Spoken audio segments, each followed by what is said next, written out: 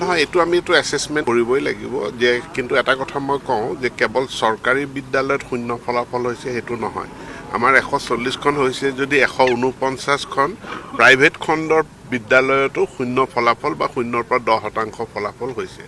আমি এতিয়া 0ৰ পৰা 10% ফলাফল হোৱা অসমৰ চৰকাৰী বিদ্যালয়সমূহৰ পৰা আমি কাৰণ দৰ্শা জাননী আমি দিছোঁ কিন্তু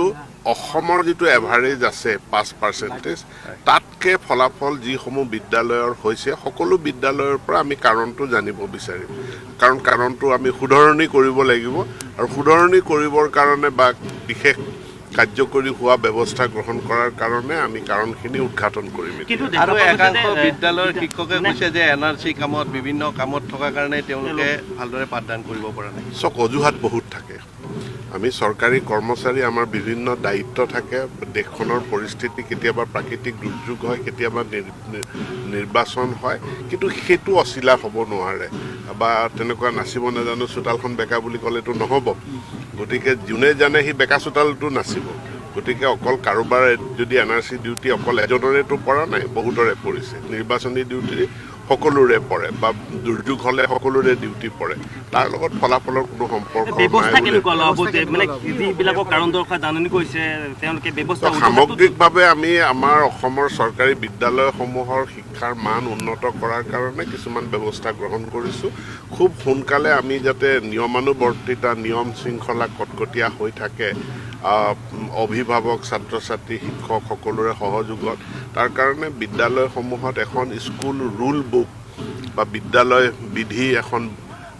বহি বা পঞ্জীয়ন আমি প্ৰয়োগ কৰাৰ কথা আমি বিবেচনা কৰি আছোঁ ক্লাছ টিচাৰৰ কনচেপ্টটো নতুনকৈ ইন্ট্ৰডিউচ কৰাৰ কথা বিবেচনা কৰিছোঁ আৰু পাঠ্যক্ৰমতো কিছু সাল সলনি হ'ব আৰু লগতে শিক্ষকসকলৰ তেওঁলোকে যাতে কেনেকৈ শিকাব লাগে কেনেকৈ পঢ়াব লাগে বিশেষকৈ বিজ্ঞান গণিত আৰু ইংৰাজীৰ ক্ষেত্ৰত তাৰ কাৰণে আমাৰ IITৰ লগত এখন চুক্তি হৈছে বাকী আমি মহাবিদ্যালয়সমূহৰ বা ইঞ্জিনিয়াৰিং কলেজৰ প্ৰবক্তাসমূহৰ পৰাও যাতে আমি টিচাৰ ট্ৰেইনিঙত সহায় পাব পাৰোঁ তাৰ কাৰণে আমি ব্যৱস্থা কৰি আছোঁ কোনখন জিলাত সৰ্বাধিক এনেধৰণৰ 0 পৰা 10% হৈছে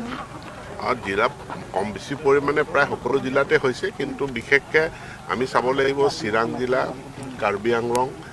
ইয়াত ফলাফল বেয়া হৈছে কাছাৰ জিলাত ফলাফল বেয়া হৈছে গতিকে এই জিলাকেইখনত এটা বিশেষ অধ্যয়ন কৰাৰ আমাৰ প্ৰয়োজন আছে স্যাৰ যিবিলাক স্কুলত এজনো পাছ কৰিব পৰা নাই সেই স্কুলবিলাকৰ ক্ষেত্ৰত কেনেকুৱা ব্যৱস্থা ল'ব নিশ্চিতভাৱে প্ৰথম আমি কাৰণ দৰ্শা জাননীখনৰ উত্তৰ পাই লওঁ তাৰপাছত চৰকাৰী বিদ্যালয় আছে ইয়াৰ লগত আকৌ প্ৰাইভেট বিদ্যালয়ো আছে য'ত শূন্য ফলাফল হৈছে সেইখিনিও আমাৰ অসমৰ ৰাইজে জানিব লাগে যে ইংৰাজী মাধ্যমৰ প্ৰাইভেট স্কুল মানে ভাল এইটো নহয় তাতো শূন্য ফলাফল ক'ৰবাত হৈছে সেইখিনিও জানিব লাগে নহয় নহয় 140খনটো চৰকাৰী স্কুল 149খন প্ৰাইভেট স্কুল ব্যক্তিগত খণ্ডতো 0 ফলাফল হৈছে